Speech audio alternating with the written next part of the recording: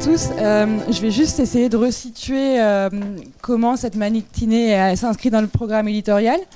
On a créé un programme éditorial qui s'appelle Penser notre monde, qui est un programme éditorial où tous les mois, il y a un thème qu'on aborde et qu'on essaye de comprendre, poser des questions qui sont un peu différentes des questions dont on entend parler tout le temps. On a commencé par l'ère du moi, qui était autour de l'époque de la déliaison, de l'époque de l'individu. Au mois de novembre, on a fait l'ère numérique et comment l'Internet, comment les ordinateurs ont peu à peu bouleversé notre vie. Ce mois-ci, on s'attaque et on s'attarde à la communication et au marketing, qui sont quand même des moments, des piliers dans notre société aujourd'hui. L'idée est aussi d'aller voir ailleurs, parce c'est vrai qu'on s'attarde beaucoup sur le monde de l'enseignement supérieur et de la recherche, qui est le cœur de l'agence, avec aussi tout ce qui peut être autour de ce monde-là, qui peut être les marques employeurs et la communication auprès des cibles jeunes. Mais l'idée est aussi d'aller voir ce qui se passe ailleurs, à l'extérieur, dans d'autres secteurs. Donc ce matin, on va d'abord reposer en fait les fondements du marketing et de la communication, reprendre les bases, parce que quelquefois c'est nécessaire, de revenir aux origines, de revenir un peu à d'où ça sort, d'où ça vient. Est-ce que parfois, quand on fait de la communication et du marketing, on ne réinvente pas la roue en permanence ? Et puis après, voir comment les secteurs de l'édition et de la mode se sont adaptés aux nouvelles contraintes du numérique. Et puis on va conclure par un thème dont on parle beaucoup, qui est le data marketing. Et l'idée était un peu de se dire aussi, on va repasser par là, parce que tout le monde parle du data marketing, mais je ne suis pas certaine et on n'est pas tous au courant de ce que c'est vraiment que la data au départ.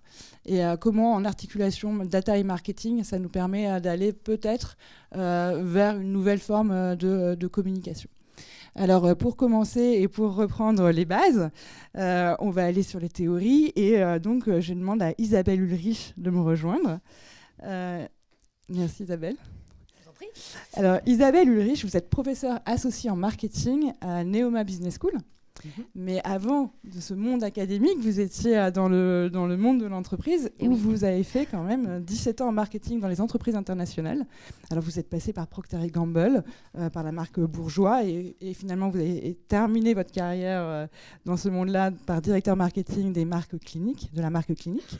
Et vos recherches actuellement portent sur la marque, la communication, le genre et le comportement des consommateurs. C'est tout à fait ça. Et alors, je voudrais juste, avant de commencer, qu'on revienne et peut-être que vous nous disiez qui sont pour vous, soit les 3 théories fondatrices, soit les 3 pères fondateurs de la communication. Alors, je pense que si on veut vraiment revenir aux fondamentaux de la communication et des théories de la communication, il faut revenir aux premiers qui ont fait de la théorie de la communication. Et les premiers remontent à l'Antiquité, en fait. Et ce n'est pas forcément dit dans les écoles, parce que dans les écoles, on va directement au modèle de Shannon et Weaver en 48. Alors que fondamentalement, la communication, ça démarre au 5e siècle avant JC. C'est la rhétorique, en fait, au départ. Et c'est inventé en Sicile par quelqu'un qui s'appelle Corax, qui va être un rhéteur, qui va être le premier rhéteur. Et c'est lui qui va inventer l'ordre du discours. Et l'ordre du discours, on s'en sert encore aujourd'hui. On s'en sert en politique, ne serait-ce que là. Donc l'ordre du discours par Corax, c'est d'abord, je fais un exorde, j'exorde les gens. Après, je fais une sorte de présentation des faits. Ensuite, une discussion. Et à la fin, ce qu'ils appellent la péroraison. La péroraison, c'est la conclusion. Et le grand nom qu'il faut retenir dans l'Antiquité, que vous connaissez tous, c'est Aristote. Aristote, dans l'Antiquité, c'est lui qui a fait un bouquin très très important qui s'appelle La rhétorique, parce que le manuel de Corax, qui est le premier manuel de communication, il a été perdu. Alors que Aristote, on a encore ce qu'il a écrit. Et Aristote, c'est lui qui a vraiment posé les fondamentaux de la rhétorique, des choses qu'on utilise encore aujourd'hui. Je suis sûre que vous connaissez tous faire connaître, faire aimer, faire agir. Vous avez tous entendu ça dans les théories de la communication. Mais au départ, le premier qui a dit ça, c'est Aristote. Aristote, quand il travaille sur le discours et la rhétorique du discours, il va dire qu'il y a 2 choses qui sont importantes. La première, c'est de faire un discours persuasif avec de l'éloquence. Et la deuxième, c'est de s'adapter à son auditoire. Des choses pas nouvelles, qu'on connaît tous. Et il va dire qu'un message, il a 3 finalités. Ce message, il doit plaire. Donc c'est le like qu'on connaît. Ce message, il doit être compris. C'est la partie connaissance et compréhension qu'on connaît, que lui va appeler logos et ethos pour plaire. Et enfin, la dernière partie, c'est engager la personne, l'auditoire, à agir. Ça ne vous rappelle pas quelque chose, ça, sur l'engagement ? Donc, engager à agir, c'est finalement le pathos. C'est-à-dire, j'éveille l'émotion chez les gens en face de moi, et du coup, ils vont s'engager, ils vont agir. Donc, beaucoup des choses qu'on entend aujourd'hui dans la communication, finalement, elles remontent déjà à la rhétorique et au grand point de la rhétorique dans l'Antiquité. Alors après, on fait un espèce de grand bond. Depuis l'Antiquité, on va vers le deuxième père, pour moi, vraiment, de la communication, c'est Barnèse. Alors Barnèse, il est beaucoup étudié aux États-Unis, mais en France et dans les business schools françaises, pas tellement. Parce que Barnèse, c'est celui qui a inventé c'est le premier conseiller en relations publiques. C'est l'homme qui a inventé le terme DRP. Avant lui, ça n'existait pas. Après lui, le monde a changé. Et cet homme-là, en fait, il a écrit un bouquin très important en 1928 qui s'appelle Propaganda, qui a mis beaucoup de temps à être publié en France. En fait, il a été très longtemps uniquement visible en langue américaine. Et donc, il a défini ce que c'était que la propagande, cet homme-là. Ça a beaucoup inspiré Goebbels, d'ailleurs, hein, malheureusement. Donc, en fait, pour lui, la propagande, c'est quoi ? C'est je vais essayer de manipuler les foules. Une minorité éclairante va manipuler les foules. Donc, c'est un homme qui, dans son livre, explique comment faire des coups, comment susciter l'envie, comment susciter le désir chez les autres en créant des événements et des coups. Son coup le plus célèbre, si vous n'aviez qu'une chose à retenir de lui, c'est ce qu'il a fait sur les cigarettes. C'est ce que tout le monde connaît, hein, c'est la petite histoire pour faire rire. En 1928, en fait, les ventes de cigarettes aux États-Unis allaient mal, la marque Lucky Strike allait mal. Il a fait ça en 3 temps. D'abord, il s'est dit il faut que le verre du packaging de Lucky Strike plaise aux femmes. Ce serait intéressant parce que les femmes aujourd'hui pourraient relancer le marché de la cigarette. Donc il a fait un petit peu de RP en mettant le verre à la mode et la couleur de Lucky Strike à la mode dans des parties, dans du showbiz, comme on pourrait faire aujourd'hui finalement. Et la deuxième partie de son truc, c'est de dire qu'il faut créer l'événement. Donc il crée l'événement à la parade à New York avec un groupe de femmes qui vont arriver et qui vont dire on veut la liberté et qui vont allumer les torches de la liberté devant tout le monde, devant les yeux des photographes qui sont justement des cigarettes. Donc, on a un groupe de femmes qui se vivent comme féministes, qui vont allumer des cigarettes. Et hop, c'était fait. Après ça, les ventes de cigarettes ont décollé, et de Lucky Strike en particulier, donc c'était très bien pour lui. Après, je dirais, on fait un autre saut, et on va en 48. Et ça, en 48, je pense que tous ceux qui ont fait ici de la com l'ont vu. Vous avez un modèle très important, qui est le modèle de la théorie de la cybernétique, avec Shannon et Weaver. Shannon, c'est un mathématicien, Weaver, c'est un ingénieur chez Bell. Et tous les deux, ils vont prendre un modèle de transmission du message, hein, puisque communiquer, c'est transmettre. Donc, j'ai un émetteur, j'ai un récepteur, je transmets un message. Le message passe par un canal, il y a un contexte qui fait du bruit, et il y a un code. Le message, il est préalablement codé, et il est codé par l'émetteur et décodé par le récepteur. Voilà. Après ça, je dirais que le 4e, on fait un grand bond dans l'histoire, et on va vers Ludwig Steiner en 1961, et là, c'est le funnel que vous connaissez tous. Donc, je fais de l'awareness, je descends après sur la connaissance, et je descends après sur le préférence et le liking, et tous les modèles de la hiérarchie des effets, tout ce que vous avez vu à l'école. Pour moi, c'est ça, les pères fondateurs. Mais qui sait aujourd'hui qu'on ça remonte à Aristote ? Presque personne. Alors qu'Aristote, vous pouvez encore l'utiliser. Et tous les discours des politiques sont fondés sur Aristote, finalement. C'est ça qui est génial. Oui, c'est ça qui est assez intéressant, voilà. Et qu'on ne voit pas tout le temps. Et pour Bernays, si je ne me trompe pas, c'est le neveu de Freud. Exactement, c'est le neveu de Sigmund Freud. Donc il avait à la fois, c'est pour ça d'ailleurs qu'il avait tant de connaissances, cet homme, c'est que donc il a entretenu une relation très étroite avec Freud. Donc c'est pour ça qu'il a pensé à susciter le désir chez les gens. Et il s'est beaucoup appuyé sur les travaux de 2 personnes qui sont peu lues aujourd'hui, qui sont Gustave Le Bon et Trotter, qui travaillaient sur la psychologie des foules. Donc c'est quelqu'un qui a impulsé l'apport de la psychologie, un des premiers, dans la communication. Comme ensuite on peut faire des gens comme Václavic par exemple. Voilà. Et du coup, alors, si la communication, c'est quelque chose qu'on peut vraiment remettre depuis l'Antiquité, et on peut vraiment faire une filiation, est-ce que l'autre grand frère ou le petit frère de la communication, le marketing, il a apparu quand ? Enfin, concrètement, Alors, c'est beaucoup plus tardif. Hein. La communication est beaucoup, beaucoup plus ancienne que le marketing, puisque le marketing, finalement, il est né dans les années 1870, entre 1870 et 1930 à peu près. C'est là que va naître le marketing. Alors, il y a des traces de marque avant, hein. On voit à l'école les premières traces de marque, elles apparaissent dans l'Antiquité, exactement en Chine. Moins 2700 avant JC, vous avez des sceaux sur les poteries pour différencier les différents potiers chinois. Et donc, ce sont les premiers qui inventent les marques. Mais les techniques du marketing n'existent pas. Et on fait vraiment un bond dans l'histoire jusque vers les années 1870, où là, vraiment, le marketing va commencer à se développer. Et c'est là que vont se développer les agences de publicité aussi. Parce qu'on pense quelquefois que la pub, c'est avant, mais non. La pub s'est développée en parallèle du marketing, avec les premières marques donc, qui sont déposées vers les années... La première marque en fait déposée, c'est Pear Soap. Je ne sais pas si vous connaissez cette marque, 1860. Unilever, les frères Lever déposent leur paquet de lessive en Angleterre en 1880. Donc le marketing, c'est anglo-saxon, d'où le terme marketing. C'est développé en Angleterre d'abord et aux États-Unis dans ces années-là, avec les premières marques déposées, les premiers emballages, les premiers designs des produits. Et peu de temps après, le développement des agences. Donc la première agence vraiment répertoriée, connue, c'est une agence aux États-Unis en 1841. Voilà. C'est la première agence vraiment officiellement créée. En France, on va attendre un petit peu, puisque nous, les premières agences, elles vont apparaître, la branche Havas Publicité, c'est 1921 ou 1920. Ouais, 1921. Et en 1926, c'est la création de Publicis. Et au départ, les agences de communication, elles vendent juste de l'espace. Elles ne créent pas. La création est faite dans les équipes des entreprises. Et les agences vendent de l'espace. Et puis après, ça va partir vers les agences. C'est un peu ça l'histoire. Et alors maintenant, est-ce que, parce que pendant très longtemps, on se dit, il y a peut-être des frères ennemis, même si on sent que le marketing et la communication font des pas ensemble, parfois on se dit, mais il faut vraiment séparer. Et aujourd'hui, avec tous les changements qu'on vit, finalement, comment s'articule la communication et le marketing ? Alors, il y a un point qui est important, c'est que les deux sont...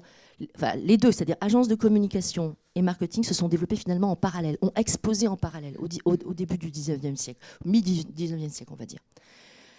Donc, à cette époque-là, finalement, la communication par rapport au marketing, elle est vue comme une composante du marketing. Donc, parmi les outils que j'utilise et les techniques que j'utilise quand je fais du marketing, il y a une composante, alors on voit les 4 P dans le mix, il y a une composante qui s'appelle P en anglais, c'est promotion. Promotion, c'est en fait la communication en anglais. Et donc, dans le marketing, il y a une composante qui est la communication. Je définis des objectifs en marketing. Et après, ça se décompose en des objectifs en stratégie de communication. Voilà. C'est une composante parmi d'autres. Ça a été comme ça pendant très longtemps. Donc, quand on fait des études de marketing, on fait aussi des études de communication parce qu'on est censé pouvoir passer de l'un à l'autre. Et moi qui ai fait toute ma carrière dans le market avant d'être prof, à la quarantaine, finalement, je faisais du marketing, je développais des produits et je faisais de la communication. Bon. Que je développais avec des agences. C'est pas moi qui développais la com, c'était mes agences, bien sûr. Et voilà. Et en fait, ce qui se passe aujourd'hui, c'est que de plus en plus, on est à une époque charnière, vraiment, depuis une dizaine d'années, parce qu'il y a vraiment deux phénomènes concomitants. Il y a la digitalisation des usages. Et il y a le fait que tous les points de contact qu'on a se démultiplient de plus en plus, ce qui fait que la communication, qui n'était qu'une composante, elle devient vraiment, aujourd'hui, centrale. On ne peut plus faire de marketing sans faire de communication, et à tous les niveaux. Parce que ça doit fondamentalement changer même nos façons et nos méthodes du marketing. Le marketing, il a été inventé dans les années 1930, 40, 50. On ne peut plus faire du marketing comme on en faisait à cette époque-là, parce que les points de contact, ils ont changé. Donc fondamentalement, ce qui se passe aujourd'hui, c'est que, je vais prendre un exemple très simple, le plus marquant. Quand je fais du développement produit, le premier truc au départ dans la stratégie marketing, c'est que je développe mon produit. Donc, je fais un positionnement, je fais la segmentation, je fais du targeting, je fais un positionnement, puis je développe un produit. Le problème aujourd'hui, c'est qu'on ne vend pas simplement du produit. Ce qui est beaucoup plus intéressant pour les gens, ils se baladent sur les réseaux. Et donc, il faut les faire adhérer à un discours qu'on raconte sur les réseaux pour qu'ensuite ils viennent aux produits. Donc, on commence par les faire adhérer à des idées, à des choses, avant de leur vendre nos produits. Donc, le plus important maintenant, le point d'entrée le plus important, c'est plus le produit qu'on vend. C'est comment est-ce qu'on fait venir les gens et on les fait adhérer aux valeurs autour de notre produit, finalement, et comment est-ce qu'on les fait adhérer à l'expérience. Donc le mot d'expérience va devenir plus important que le mot produit, et du coup la communication, qui était un des éléments du mix, va devenir le point central. C'est vrai aussi pour la segmentation. Moi j'apprends à mes étudiants, alors tu prends un marché, tu définis des segments de clientèle avec des besoins similaires. Sauf qu'aujourd'hui, le client, il se balade sur Internet, et puis je peux aller le chercher en temps réel, et lui proposer une offre qui correspond plus à lui que si j'avais développé un hypothétique besoin similaire pour des groupes de gens. Donc même le processus de segmentation, on l'apprend toujours aux étudiants, bien entendu, il est important, mais ça va changer, en fait. Et tout ça, ça ne va faire que se développer parce qu'il y a énormément de techniques aujourd'hui qui vont développer encore plus les points de contact qu'on a avec les consommateurs. Et la communication, elle va devenir hyper centrale, même pour développer les produits. Quand je développe les produits aujourd'hui, je peux les développer en co-création avec le consommateur. Donc, je peux poser la question au fur et à mesure du développement au consommateur pour avoir un retour immédiat et développer des meilleurs produits qui satisfassent mieux avec des meilleures expériences clients. Alors, parmi tous ces changements qu'on voit, et moi je voudrais qu'on s'attarde sur quelque chose que je trouve qui est de plus en plus vrai, que ce soit avec les chatbots ou les influenceurs, les marques cherchent vraiment à s'incarner. Et du coup, en fait, comment ce processus se met en place vraiment ? Et vous, avec votre regard de professeur, comment vous voyez ça, cette incarnation des marques ? Alors, c'est vrai que donc le mot incarnation, c'est un mot qui est assez à la mode parmi les communicants. C'est un mot qui est beaucoup utilisé depuis ces dernières, on va dire dans les 10 dernières années, le mot incarnation. Parce qu'incarner une marque, c'est quoi ? C'est la rendre vivante aux yeux des gens, c'est lui apporter de l'imaginaire, lui apporter un contenu fort, un contenu émotionnel, et valoriser les expériences que le consommateur peut avoir avec elle. Beaucoup plus que simplement être là pour vendre des produits. Si vous êtes juste là pour vendre des produits et des services, c'est moins intéressant que si vous êtes capable de créer une histoire et de raconter une histoire. Donc, la première incarnation, c'est tout l'aspect storytelling. Et ça, c'est pas nouveau. Ça fait 10 ans que ça existe, à peu près, on va dire. Et c'est vrai que cet art de raconter des histoires, comme quand on est enfant et qu'on écoute un conte et qu'on part avec le conte, aujourd'hui, les marques, elles sont plus là pour peupler notre imaginaire, nous raconter des histoires et nous faire rêver que simplement venir avec une histoire de communication simple où je vous vends ma unique selling proposition, qui est un petit peu barbant quand même dans le monde d'aujourd'hui. Donc on est sur l'art de raconter des histoires auprès des marques déjà aujourd'hui, depuis 10 ans. Ça s'est poursuivi parce que finalement aujourd'hui, on est face à il y a une deuxième révolution, on va aller vers la troisième. La deuxième, c'est toute la stratégie conversationnelle sur les médias sociaux. On peut parler aux consommateurs, on doit lui produire des contenus engageants. Et ces contenus, pour que le consommateur il ait envie de s'engager par rapport à eux, il faut qu'ils soient intéressants. Si ces contenus, c'est juste pour dupliquer des messages sur mes nouveautés produits, le consommateur, il va peut-être faire like, mais il ne va pas s'engager, il ne va pas commenter. Ce qui m'intéresse, c'est qu'il passe aux autres, qu'il transmette. Profiter du consommateur qui est là, qui m'a lu pour transmettre. Et puis aussi qu'il s'engage en commentant. Et puis, tant qu'à faire, qu'il commente de manière positive. Pour que ça arrive, il faut produire des contenus engageant. Et ça, du coup, ça demande la mise en place d'une stratégie conversationnelle qui doit être en ligne avec ce que je fais sur les autres canaux. Donc, c'est pour ça que tous les points de contact, les contact points qu'on a aujourd'hui se diversifient. Et c'est ça qui devient très compliqué, c'est d'avoir une stratégie marketing intégrée et que tout se réponde. Et je crois que le dernier enjeu très, très important et sur lequel nous, les chercheurs, on a pas mal de choses à faire, sur lequel je fais des recherches, justement, c'est l'étape suivante qui, pour moi, est comment la marque va s'incarner dans tout ce qui est chatbot. Et dans tout ce qui est finalement...